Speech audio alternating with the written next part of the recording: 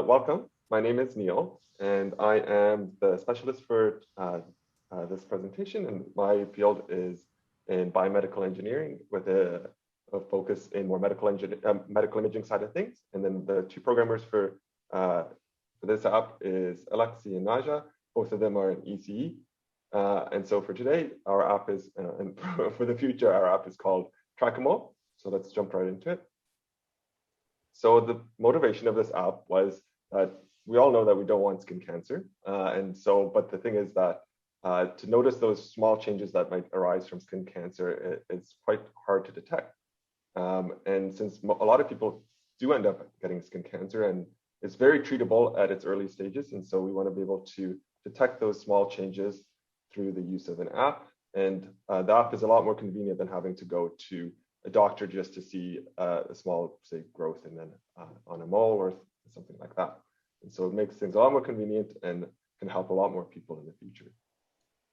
And so a little bit on how the app works. So the whole purpose of the app is to be able to take a picture of your mole over a long period of time to note any of those small changes. And it will also allow a physician to access that data to give you a better analysis of the mole. And on top of that, the app is able to analyze the mole for any subtle changes that the naked eye might not be able to see.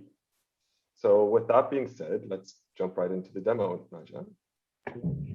Thanks, Neil. Can you stop sharing your screen? Yes, I absolutely can. Thanks.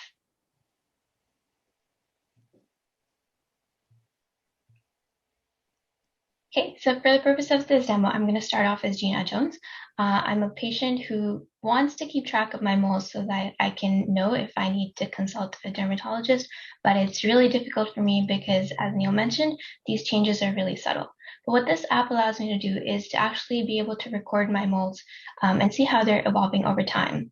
With each entry, not only can I take a photo, but I can also record any properties that might be relevant to detect, to see whether the mole can be cancerous or not. Another really neat feature is that it allows me to see the transitions from my moles over time to see how it's evolved.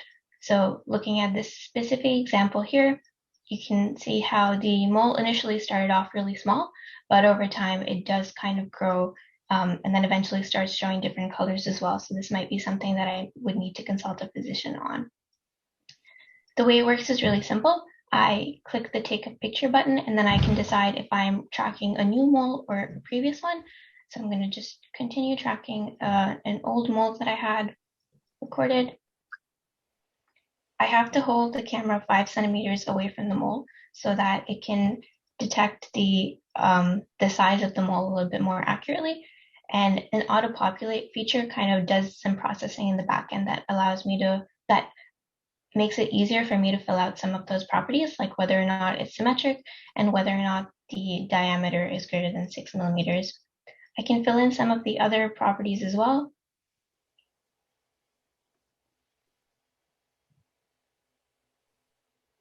And this also gives me an alert because there's certain characteristics that I filled out for this specific mole that might be concerning. And so the app is recommending me to maybe consult my dermatologist. Fortunately, I had spoken to my dermatologist previously who does also use the app, and they gave me their unique physician ID that I can copy over here and add the doctor. And this will just give them access to all of my information without me having to go in personally. So I'm just going to log out. And I'm going to switch over roles. So now I am not Gina Jones anymore.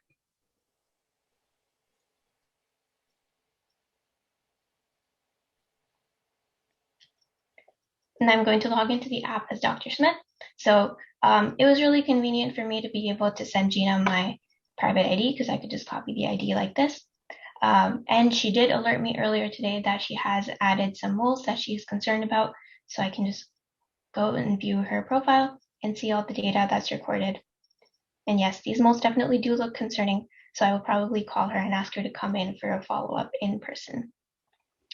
Other than that, I can also keep track of my own moles a similar way that a patient would, so that I can also see my own moles evolving over time. And that's it for our demo. I'll pass it on to Alexi. Thanks, Naja. Let me share the screen. There we go.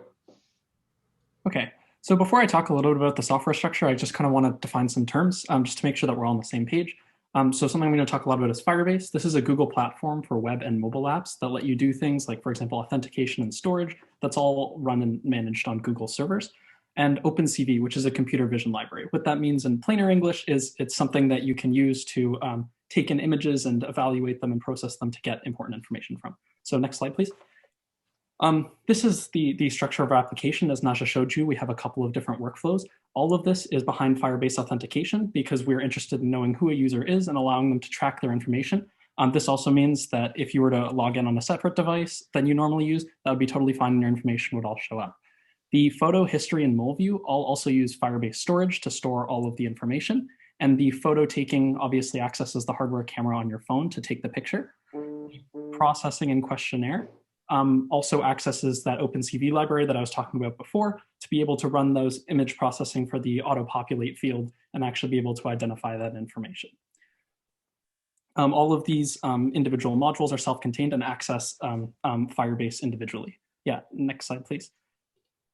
So what would we do if we had a little bit more time? One thing we were thinking about was better doctor-patient integration. So for example, sharing or authorizing over Bluetooth. If you happen to be visiting your doctor, then they would be able to access the app by themselves. A full classification system to help the doctor a little bit more by being able to produce more than just an alert, because our alert right now is just based on some of the questionnaire answers. If they're concerning, we're very conservative and suggest that they go visit a physician. But if we could do something more aggressive with classification to further help but not replace the physician, that would be interesting to us as well. And then exporting the data more completely so that we can just package all those images and send them off the app for other offline storage or just so the user has their data. Now I'll pass it over to Neil to talk about some of the key learnings. Thanks, Alexi. So there was many things that we learned throughout this semester, but the key takeaways that we thought was the implementation of the spiral method. I've never used anything like that. And we thought the whole agile approach that it kind of encompasses the spiral method was very useful for us and something we might be using again in the future for similar projects. On top of that, the programmers thought applying their previous knowledges to the mobile environment and my experiences to the mobile environment was something new to us and very interesting, and hopefully something again that we could perhaps use in the future. We also thought the whole functionality of a phone, I knew a phone was a pretty interesting thing, but after Dr. Rose told us about all the features of a phone, I thought it was very interesting and something that helps generate a lot of new ideas and something that we will definitely be using again in the future. So your time last but not, so make sure you finish quickly, please. Sure. Last but not least, the tailoring to the app, the needs to the user. So designing an app that's useful for a physician and a patient is also quite useful. And that being said, that's it. Thank you.